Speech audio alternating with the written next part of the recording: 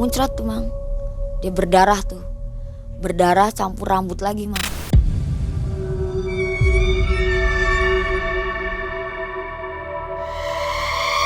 Sampai itu rambut panjangnya sampai kayak panjang banget lah Mang. Sampai ada 1 meter lebih mah rambut tuh. Ada lendir, nanah, plus ada darahnya juga.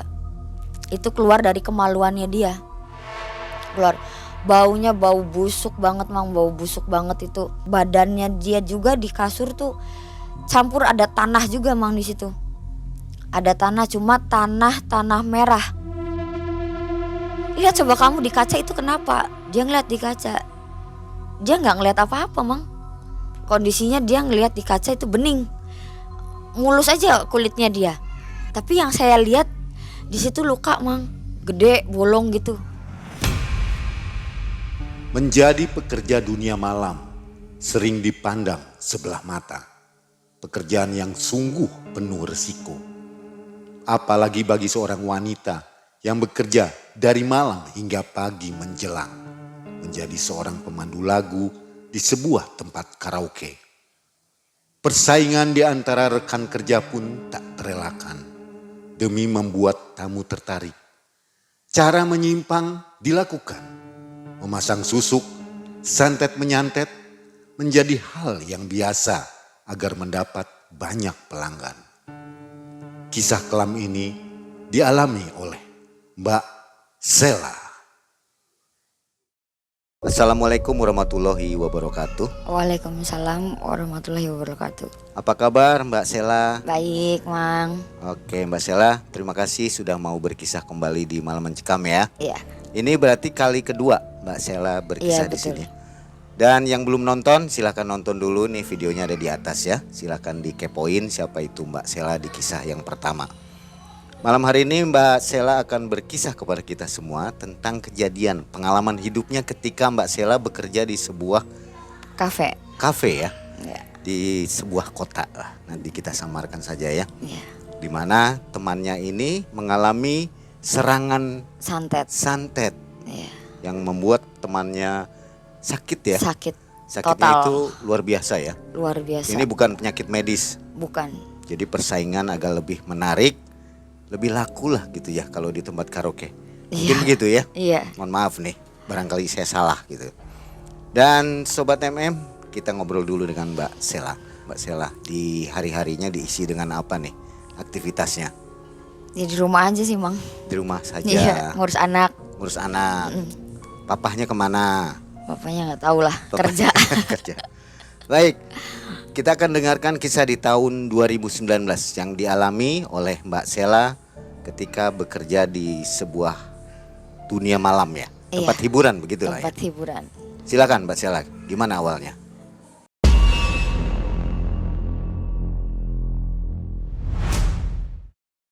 Jadi gini Mang ceritanya. Saya tuh berangkat itu atas dasar kemauan sendiri ya. Saya kerja di kafe itu di ngerantau di Batam. Tepatnya di kafe. Itu saya bisa kerja di situ itu dari temen itu yang temen saya itu namanya Rina.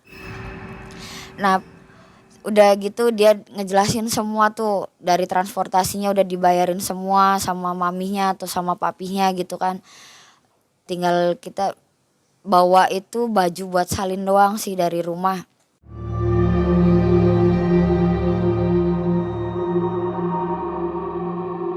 Dari high heel, dari gaun, dari semuanya itu udah dari kantornya sendiri, dari sananya. Udah kita udah berangkat tuh. Berangkat, udah ditransferin uang juga, terus kita langsung berangkat ke sana. Awal-awalnya kita ke sana nggak langsung standby kerja enggak sih Mang. Cuma kita datang ke sana kan di situ di kafe itu kan ada restonya juga. Kita makan dulu di situ, habis makan ngobrol-ngobrol dulu sama maminya, terus dikenalin satu-satu sama pemandu lagu lainnya gitu. Terus sama karyawan-karyawannya kayak waitersnya itu udah dikenalin. Nah kita dikasih kamar gitu, datang ke mesnya. Mesnya itu tempat cewek-ceweknya itu kan di lantai atas.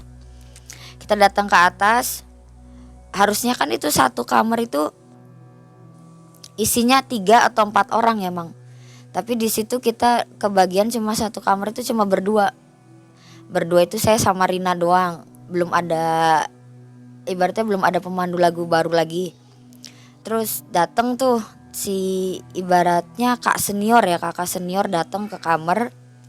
Dia ngajak kenalan, terus dia ngasih tahu cara kerjanya gini-gini, terus ngasih tahu seragamnya warna apa buat sehari-harinya, setiap hari Senin warna apa, Selasa warna apa gitu. Nggak selang lama Mami juga datang sama Papi. Nah itu saya sama si Rina itu dibagi 2. Jadi intinya dibagi 2 dalam kerjaan. Kerjaan itu ada levelnya dari level 1, level 2, level 3. Nah kalau saya itu kebagian level 2, si Rina kebagian level 3. Kalau level 3 itu ibaratnya udah paling wah gitu ya Mang ya. Udah diceritain gini-gini, cara peraturan kerjanya gini, besok malamnya udah mulai kerja. Nah itu saya aslinya saya fokus ke satu cewek Mang. Fokus ke satu cewek yang senior di situ. Itu bisa dibilang punten ya jelek gitu lah Mang. Udah mah hitam gitu, kalau di mata kita ngelihat sendiri tuh dia tuh hitam, terus cuma menang body doang sih Mang ya, bagus gitu. Cuma kalau dari dandanan atau dari muka emang udah kelihatan kayak jelek aja, pokoknya udah jelek. Tapi pas setiap kontes itu, dalam arti kontes itu pemilihan, kalau setiap ada tamu datang, kita itu kan di dalam layar ada kaca gitu kan Mang, ada kaca dalam layar itu kita dibagi 2 tuh. Bagian yang level 1 dulu masuk ke dalam ibaratnya kalau di sana dikatain akuarium ya. Masuk dulu ke akuarium. Nah kalau misalkan nggak ada yang dipilih, yang level 1 itu keluar lagi masuk level 2. Dari level 2 masuk, misalkan ada yang dipilih misalkan saya yang dipilih. Udah, nanti yang dipilih itu kita siap-siap. Nah nanti level 3 masuk lagi. Itu kontes masuk level 3. Nah si Rina ini di booking gitu kan, dipilih sama si tamu tuh. Pas banget ketemunya sama saya, si Rina itu. Gak taunya satu laginya sama yang cewek yang saya fokusin itu Mang. Kepilih juga sama si cewek itu. Cewek itu namanya Mia ya, kalau nama malamnya dia Mia. Udah dipilih nih orang 3. Datang tuh ke room.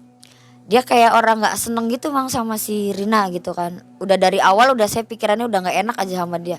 Udah gak enak.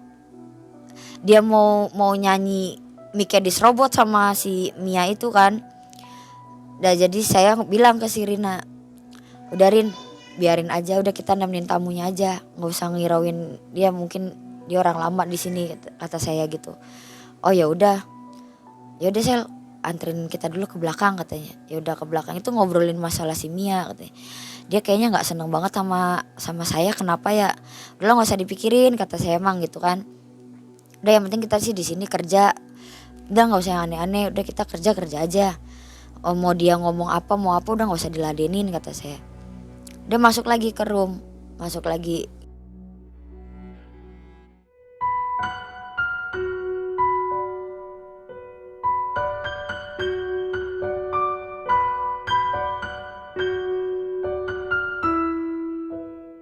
Nggak tahu kenapa dia ada benci apa sama si Rina, saya nggak ngerti ya. Itu dari awalnya aja udah begitu Mang. Dia udah nyekokin si Rina, minum terus minum. Udah nggak selang lama itu udah selesai booking ya. Masuk lagi kan ke ruang pemandu lagu. Udah masuk. Terus ada tamu lagi tuh dateng, sekitar 10 menitan lah. Pemilihan lagi kan, kontes lagi tuh. Seingat saya ya itu nggak masuk ke akuarium sih Mang. Seingat saya itu tamunya mungkin itu tamu langganan di situ ya.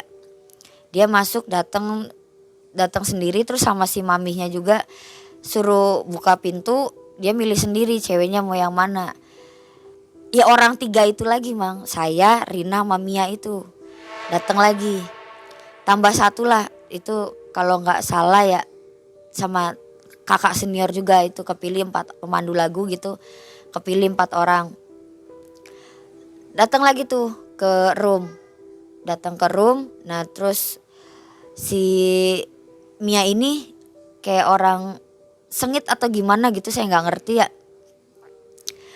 Terus ada cairan minuman itu entah dikasih kayak pil gitu, nggak tahu pil apa, saya nggak ngerti.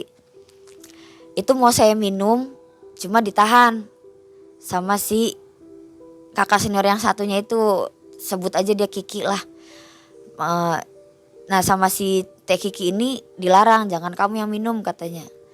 Kenapa emang kak, kata saya tuh. Nggak apa-apa, ya diminum tuh, disuruh minum si Rina yang suruh minum. Saya bilang, Rin hati-hati, kalau bisa jangan ditelan, kata saya tuh ngomong gitu. Emang kenapa? Soalnya dia tadi ngelarang saya minum. Mungkin dia keenakan kali mang ya minumnya. Dia dihabisin tuh minumannya sama si Rina. Udah nggak selang lama, udah nyanyi gitu, udah sampai closing. Terus kita bubaran kita balik ke mes. Nah si Rina di situ udah mulai ngeluh sama saya. Sel, kenapa ya kok perut saya sakit, kata dia. Kan tadi saya udah bilang jangan diminum. Tadi juga saya pengen minum dilarang tuh sama si Teh Kiki, nggak boleh. Tapi sama kamu kok dibolehin, kenapa ya, kata saya tuh. Ya itu yang nggak tahu ya, kita juga, kata dianya. Nggak lama itu 2 menit lah mami masuk kamar itu. Dia ngomong, gimana enak nggak tuh tadi dapet tamunya, rese enggak? Kita jawab, enggak sih Mi, nggak rese, ya lumayan berduit juga, kata saya. Pas maminya mau keluar itu nggak sengaja si Rina noel tangan mami kan. Noel gitu, terus dia ngomong, Mi bentar dong, Rina mau nanya, boleh nggak? Iya boleh, kenapa Rin? Ini sih hampura ya Mi, cuma mau sekedar nanya aja. Itu kalau si Mia itu dia pakai susuk ya Mi gitu kan. Dia spontan nanya gitu, spontan. Emang kenapa Rin? Enggak, soalnya enggak sengaja ngeliat juga Mi, dia kalau misalkan enggak dandan katanya mukanya biasa aja gitu kan. Oh ya kalau di sini sih emang udah biasa. Jadi ibaratnya kalau persaingan antar pemandu lagu gitu kan itu dari kota-kota mana aja gitu kan. Saingan kayak gitu mah udah biasa, mau pakai susuk gitu juga katanya. Oh, tapi dia kayaknya kayak sengit banget ke saya, kenapa ya Mi? Dia udah mulai nanya begitu Mang. Udah nggak usah dihirauin, yang penting kamu datang ke sini jauh-jauh dari Cirebon, datang ke sini itu mau kerja intinya gitu.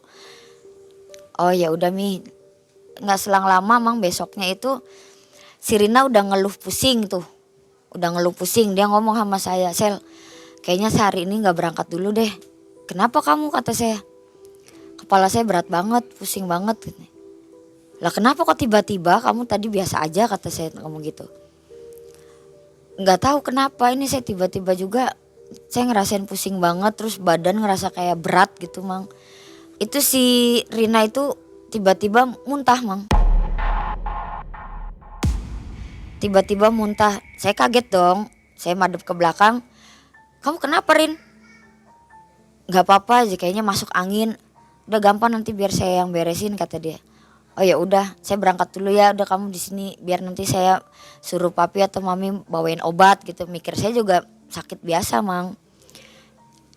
Ya udah Sel, makasih, kata dia. Ya saya keluar, saya ketemu tuh sama si papi, Nah saya cerita sama papi, itu si Rina sakit di kamar, dia gak kerja hari ini, dia izin. Sakit apa Sel? Tadi sih saya ngeliat dia muntah, terus kepalanya juga katanya dia pusing, badannya ngerasa berat gitu.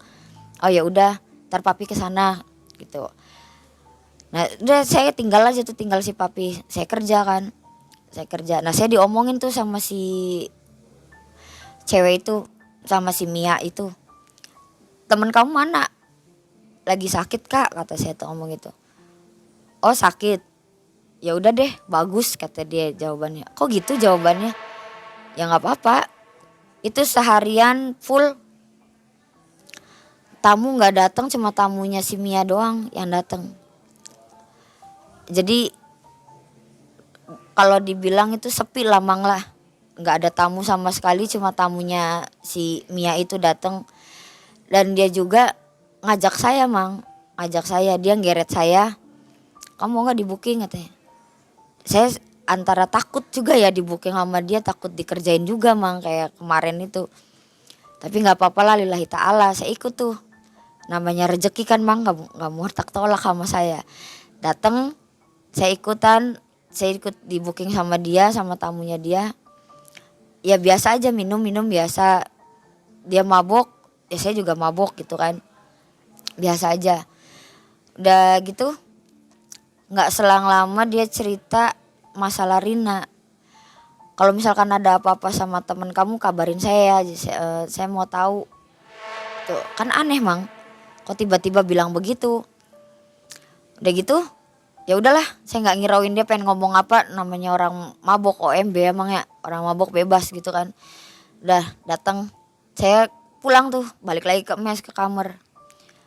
Saya datang ketok-ketok kamar gitu kan. Saya ngintip dari jendela kan, si Rina tidur, pintu nggak dikunci nih, saya masuk. Saya ganti baju, saya bersihin make up gitu kan. Nah, terus saya tiduran, saya mainan HP. Terus tiba-tiba dia teriak. Suaranya tapi bukan suara dia Mang. Dia teriak gitu, teriak, jangan, tolong jangan. Tapi bukan suaranya Rina Mang. Itu posisi saya pakai handsfree ya, saya pakai handsfree juga, masih kedengeran dia ngomong begitu. Mikirnya saya dia lagi ngigo, mungkin lagi sakit kan. Rata-rata kan kalau orang sakit gitu Mang, ngigo, sering ngigo gitu. Biarin aja, saya nggak peduliin kan. Nggak taunya saya udah pasang lagi headset, dia bangun, muntah dia Mang. Dia muntah darah tuh. Di situ baru saya kaget. Si goblok, kamu kenapa? Kata saya tak ngomong gitu kan. Kamu sakit apaan? Kok bisa sampai muntah darah kayak gini? Kata saya. Dia nggak nyebut nama saya. Jadi mukanya muka tatapannya kosong gitu Mang. Saya ngomong nggak diladenin sama dia. Terus sampai saya nanya kamu sakit apa juga. Sampai saya tak goblokin dia juga. Dia nggak ngirauin saya ngomong begitu. Bangun ya bangun aja, terus tiba-tiba muntah juga nggak di bawah Mang. Di kasur. Dia muntah di kasur. Itu posisi dia muntah darah itu kayak ada batu-batu kecil gitu tuh Mang. Apa ya, dibilang batu ya kayak bukan batu, cuma keras. Keluar aja spontan dari mulutnya dia tuh, keluar darah sama kayak modelan batu-batu gitu. Keluar dari mulutnya dia. Sasah dong Mang saya kan. Sampai saya telepon ke Mami, telepon ke Papi juga. Mi ini kenapa Mi? Kenapa apanya? Saya datang sih ke kamar saya gitu. Ini si Rina kenapa? Kata saya tuh. Emang kenapa dengan Rina? Ya makanya saya nggak tahu ini Mi kenapa. Coba Mami kesini, kalau nggak sama Papi juga lah datang ke sini. Datang tuh, Mami sama Papi datang. Udah datang, kaget dong Mami kan.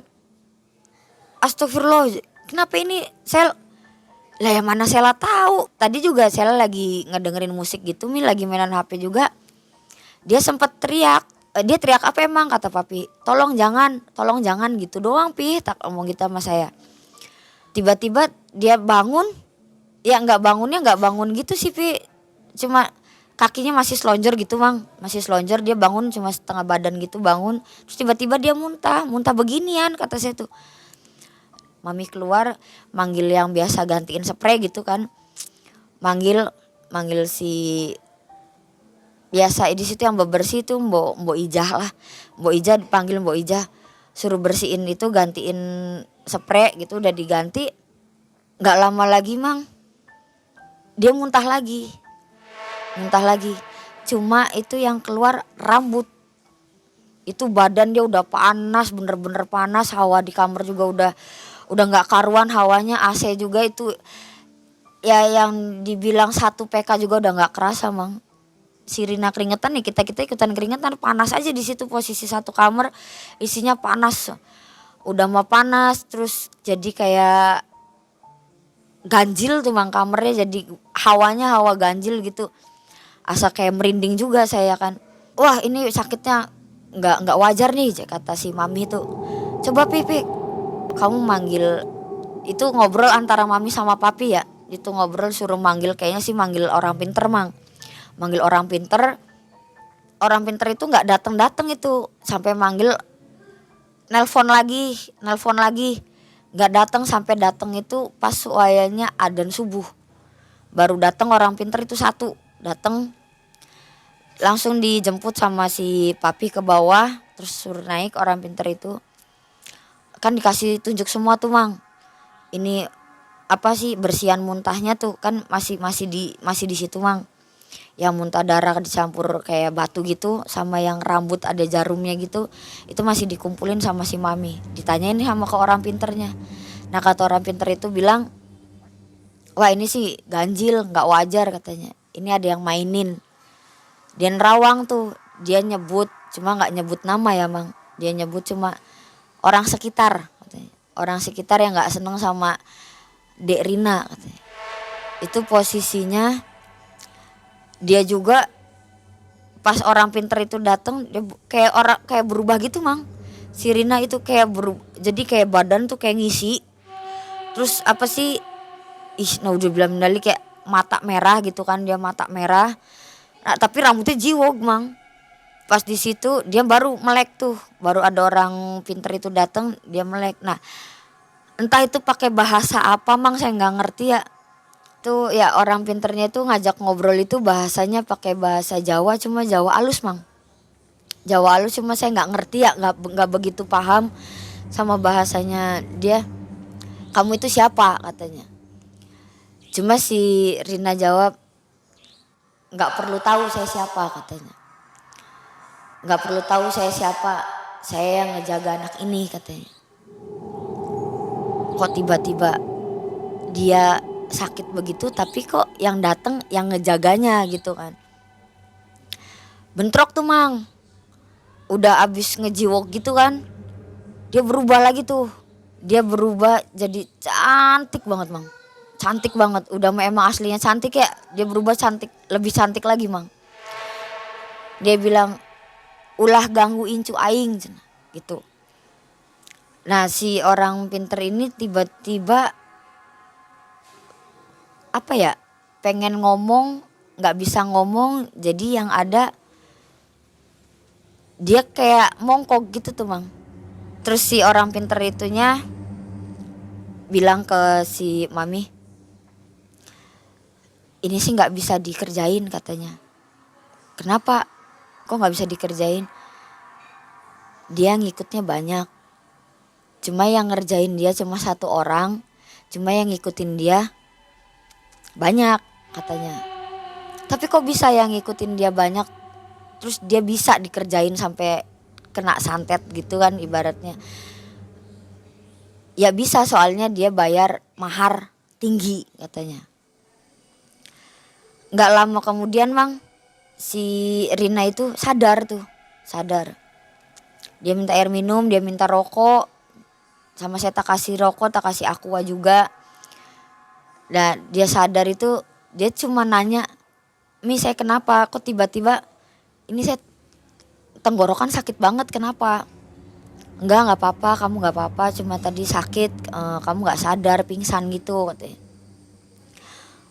Udah kamu istirahat lagi aja kata papi tuh. Sel temenin, iya Pi tak temenin. Darin tidur aja, tak temenin sama kita ya kata kita. Tadi beneran tah Sel, kita gak apa-apa, udah tidur lagi aja, istirahat, besok kerja. Ya udah tidur.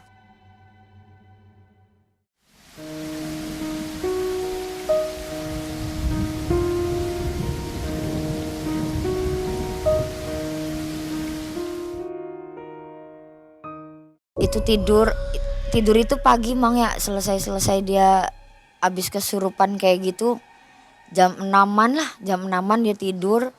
Siang itu bangun, dia minta makan tuh di resto kan, minta makan di resto. Udah makan balik lagi tuh ke kamar. Udah jatuhnya sore itu kita siap-siap mandi kan. Pas mandi itu saya mandi berdua ya mang sama si Rina. Selesai bareng, kita ke kamar bareng, ganti baju bareng. Saya sempet nanya Mang sama dia, itu kamu punggung kenapa? Emang kenapa Sel?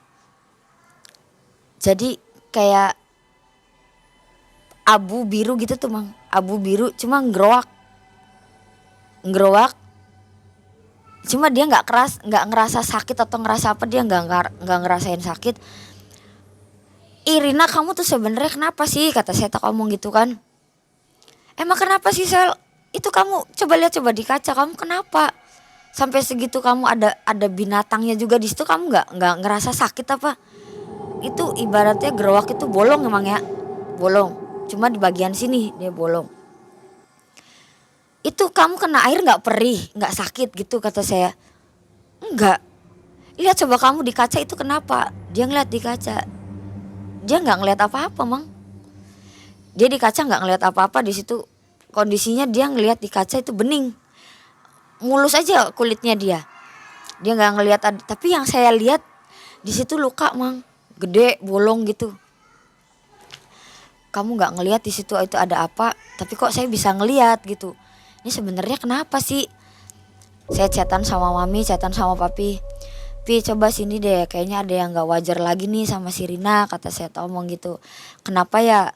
Kok semenjak kerja di sini, jadi saya kan bahasanya ngelantur gitu Mang.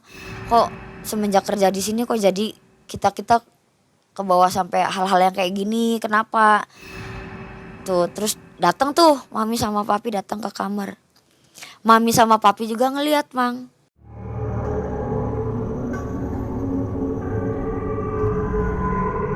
Mereka ngeliat juga, cuma si Rina itu nggak ngeliat sama sekali kalau dia badannya bolong gitu, nggak ngeliat. Nggak taunya nggak lama lagi pas posisi dia mau bawa sepatu gitu Mang ya, mau bawa sepatu, mau bawa high heelnya dia ke bawah, yang dia rasain pusing lagi, dia pusing lagi. Terus dia kayak ngeliat di depannya dia itu banyak orang. Jadi dia spontan dia ngomong ke saya, Sel, ntar dulu. Dia pegangan tangan saya Mang, dia pegangan tangan saya. Kok banyak banget orang ya, pemandu lagu baru nih. Mana ada orang Sirin, orang dari mana? Orang nggak ada orang juga di sini. Lah itu di depan banyak orang, kata dia. Mana sih orang, nggak ada orang, kata saya tuh. Itu pada turun dari tangga. Itu bukan orang kita cuma berdua ini lewat, nggak ada orang. Dia sampai ngucek-ngucek mata gitu kan. Ada Sel, nggak ada. Itu saya debat sama dia Mang di situ. Udahlah, tak geret sama saya. Udah buruan lah, jalan. Udah jalan, nah di situ rame PL gitu ya, rame PL. Tapi yang dia rasain kayak cuma berdua, dia sama saya doang. Lihat kanan kiri, dia ngeliat, Sel kok sepi ya? Sepi apaan sih, tadi kamu bilang di tangga rame banyak orang, nanti sekarang giliran udah ngantri pengen nyatok kamu bilang sepi. Ini kita lagi ngantri buat nyatok Rina, kata saya tuh. Kamu sepi dari mana, itu banyak orang, kata saya tuh. Itu kira-kira pemandu lagu di situ tuh jumlahnya ada sampai 50 lebih ya Mang. Tapi dia bilang nggak ada orang sama sekali di situ, cuma yang ada saya sama dia doang. Yang dia lihat juga di situ bukan kayak tempat hairstylist gitu, bukan. Itu penglihatan dia ya Mang, kayak ada di rumah kosong. Terus saya ngelihat dia juga rada aneh lagi sih pas dia ngomong kayak gitu. Pas saya Noel dia suruh maju kan, suruh udah waktunya dia nyatok gitu tuh Mang. Udah waktunya nyatok gitu, dia masih ngelihat kanan kiri. Nggak taunya pas disisir gitu Mang, itu pas si namanya Mike ya, Mike yang nganuin hairstylistnya namanya Mike teriak Mang. Ya teriak aja, teriak orang kaget gimana teriak. Sampai kaget gitu. Sampai kenapa Mik? Kan dia belum tahu tuh namanya. Ini PL baru ini ngeri. Aduh gimana ya? Dia ngomongnya gelagapan sambil kok kita ngelihat semua Mang, di bawahnya itu ada tanah sama belatung gitulah. Pas dilihat banyak mang, banyak banget itu di kepala, sampai ditarik tuh sama si papi kan, papi yang tahu. Di situ mami nggak ada, papi tahu. Papi narik tangan saya, suruh saya narik si Rina.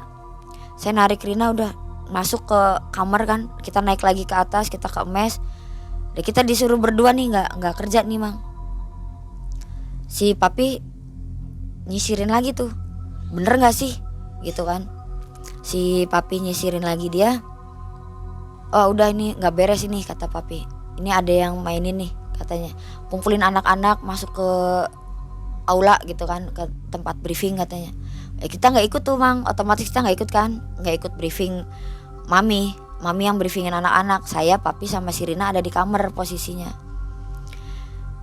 Nggak taunya dari badannya dia itu mang kayak staples gitu, keluar muncul aja dari badannya dia, keluar gitu, muncul dari badannya dia. Sampai saya bilang, Pi itu pada jatuh apaan Pi, kata saya tuh ngomong gitu. Apa Sel? La ilaha illallah, papi ngomong, nyebut kan, saya papi pada nyebut gitu, sampai saya bacain surat Yasin itu mang. Udah gitu si Rina itu nggak ngeluh kalau dia kesakitan mang. Pas staples itu muncul dari badannya dia, dari tangannya dia nggak kesakitan, nggak ngerasa kesakitan. Tapi dia ditidurin, tidur aja biasa gitu, tidur biasa aja, tidur biasa. Sampai dia datang lagi tuh, papi nelpon orang pinter gitu segala macam, datang lagi orang pinter. Dia bilang juga sama itu, kena ini orang deket juga mang, orang sekitar juga yang nganuin katanya. Dia sampai diminumin air kan gitu, sampai diminumin, giliran diminumin muncrat tuh mang, dia berdarah tuh, berdarah campur rambut lagi mang.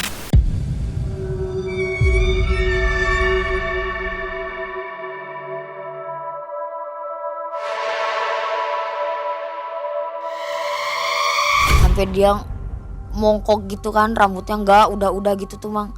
Sampai ditarik tuh sama orang pinternya rambutnya, sampai itu rambut panjangnya sampai kayak panjang banget lah mang, sampai ada 1 meter lebih mah rambut tuh keluar dari mulut dia.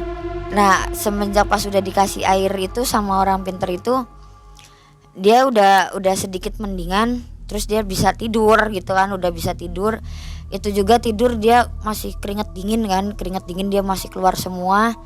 Nah yang saya lihat itu dia pas posisi dia madep ke sana mang, dia kan ibaratnya pakai tank top ya, pakai tank top gitu. Saya ngelihat di posisi sini yang saya lihat tadi sore itu bolong, itu udah nggak ada. Nah terus dia muka juga udah bersih gitu mang, kayak udah adem aja gitu mang, mukanya dia udah adem. Nggak lama kemudian mang, itu pas posisi anak-anak kerja, saya kan nemenin dia di kamar tuh. Udah nemenin dia di kamar, saya ngeliat kayak ada terang-terang dari jendela itu apa gitu kan. Mikir saya senter kan, mikir saya papi datang ke kamar itu pakai HP blitz gitu. Nggak taunya saya keluar itu kayak ada bola api gitu mang.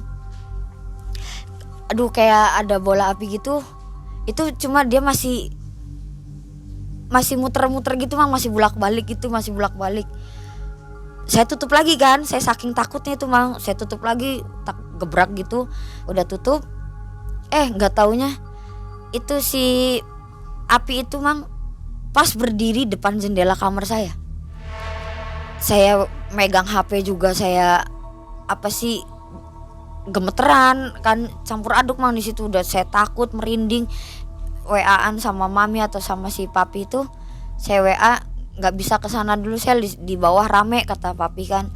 Ntar paling sesudah abis ngendel anak-anak baru papi datang ke atas. Oh ya udah pi, kata. Saya baca-bacaan tuh. Pas udah abis saya baca ayat kursi itu abis, redup mang bola itu. Kayak jatuh gitu, kayak jatuh, apinya nggak ada tapi kayak muncul orang gede, tinggi gitu. Nah Rina bangun itu dia ngerasa becek semua mang, becek semua di kasur. Sampai saya nyium kan nyium bau apa ini. Sampai anjir, Rina kamu kenapa lagi, kata saya tuh. Dia nangis Mang, spontan nangis. Saya nggak ngirauin si Rina Mang, saya masih ngirauin yang di jendela itu siapa gitu kan. Saya abis ngadep Rina, saya balik lagi madep ke jendela, itu udah nggak ada siapa-siapa. Yang tinggi gede itu udah nggak ada. Saya pindah balik lagi madep ke Rina, orangnya pindah Mang di belakangnya si Rina.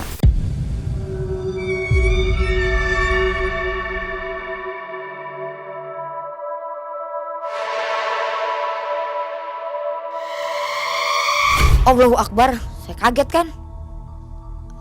Ya Allah, kok kayak gini aja, Rin balik aja yuk, Rin balik yuk, kata saya tuh kamu gitu, Rin balik aja yuk.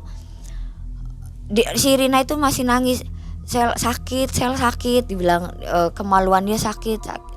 Nah saya nggak ngechat lagi Mang, saya langsung telepon, papi buruan datang ke sini, papi datang ke sini. Kamu kenapa? Saya udah buruan datang ke sini, pi datang. Saya tutup teleponnya, saya telepon mami. Mi buruan Mi datang ke kamar sini, datang. Udah datang ke kamar. Ya Allah Mi, saya mau pulang katanya. Kamu kenapa? Itu lihat si Rina kayak gitu, kenapa? Ya Allah Rina kamu kayak gini lagi kenapa? Jadi itu campur aduk Mang, ada lendir, nanah, plus ada darahnya juga. Itu keluar dari kemaluannya dia. Keluar. Baunya bau busuk banget Mang, bau busuk banget itu. Udah mah bau busuk. Terus si yang Rina rasain tuh cuma nangis, dia bilang sakit.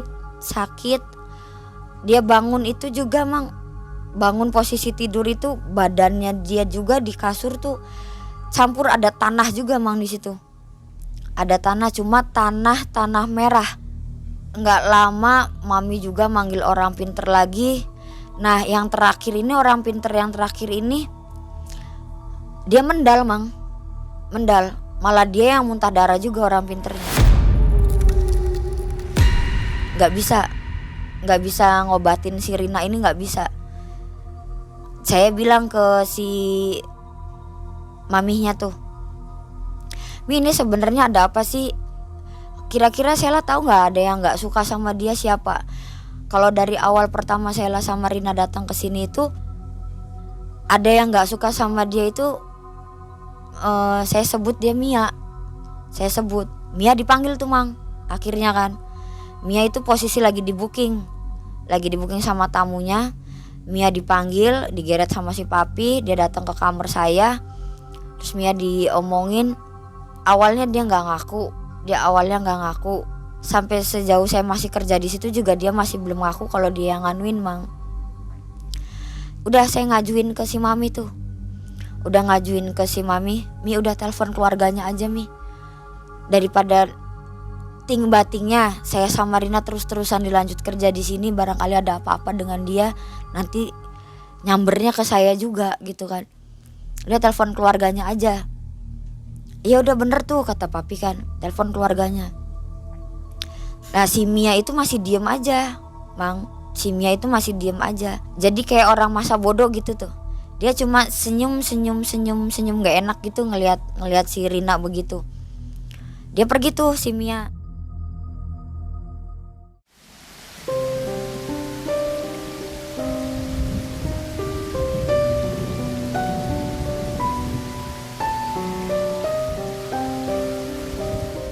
Lusa itu keluarganya datang. Itu keadaan si Rina masih tiduran gitu di kasur. Nggak bisa berdiri, nggak bisa sama sekali, nggak bisa ngangkat tangan aja dia nggak bisa, ngangkat kaki nggak bisa, mau makan dia nggak bisa, harus disuapin. Sekalinya disuapin makan dia nggak mau Mang, muntah. Sekalinya diminumin nggak mau, muntah lagi. Nah itu keluarganya datang itu, sebutlah dia bawa, bukan orang pinter ya Mang, dia bawa dari masih saudara juga, dia bawa kayak macamnya kiai gitu. Dia datang pas semenjak kiainya yang ngobatin si Rina itu, dia segala macam diminumin apa nggak tahu, diminumin apa gitu Mang, saya nggak ngerti. Terus diobatin gitu, pokoknya diobatin lah sama kiainya itu yang dibilang masih saudaranya dia. Jadi efeknya kena balik ke yang nganuin ya mang. Nggak sengaja saya ngedenger jeritannya. Itu posisinya, ini kan kamar saya mang, ini ada depan kamar. Nah si Mia itu kan depan kamar sini, sebelah sini. Saya ngedenger di kamarnya si Mia itu ngejerit mang.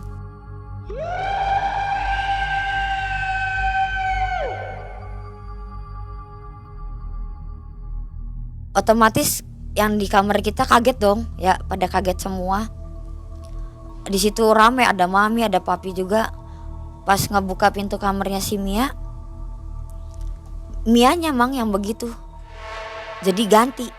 Jadi oh ini rupanya yang dari awal ngebikin si Rina begini, itu ulahnya dia gitu. Jadi sakitnya dia yang dirasain Rina itu pindah, otomatis pindah spontan ke si Mia itu, pindah. Si Mia itu tiba-tiba dari mulut dia keluar darah juga. Nah dia nggak bisa bangun, ngelendir semua mang, nanah semua sampai kasur itu bau semua itu. Sampai dia minta maaf ke kiainya, mau minta maaf ke kiainya. Si kiainya nggak mau maafin tuh mang. Kiainya mau ngeliat dulu tuh apa yang dirasain sama cucunya dia pas semenjak dia ngerjain gitu mang. Dia sampai nangis-nangis, bilang ke papi, bilang ke mami, dia minta maaf. Sampai diceritain ke mami juga, kamu bisa kayak gitu kenapa? Kan mami marah tuh. Mami papi pada marah sama dia, kenapa bisa kayak gitu kamu? Dari mana kamu ajarannya begitu katanya. Ya saya gak suka aja ngelihat dia. Jadi dia tuh ibaratnya gak suka ada cewek lagi gitu, pemandu lagu lagi yang laris di situ mang. Ngelebihin larisnya si Mia itu. Dia gak suka, jadi dimainin lah tuh, dibikin sakit sampai begitu si Rina itu sama si Mia.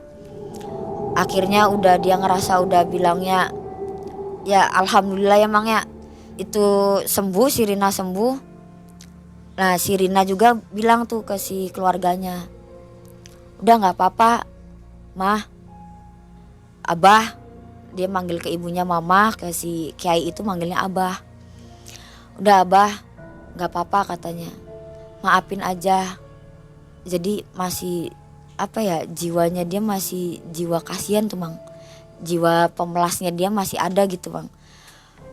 Tapi si mamahnya gak terima, gak mau tadinya maafin tuh mang, gak mau dimaafin. Tapi si Rinanya kekeh, sok dimaafin, Rina gak bakal kerja lagi kayak gini katanya. Beneran ya?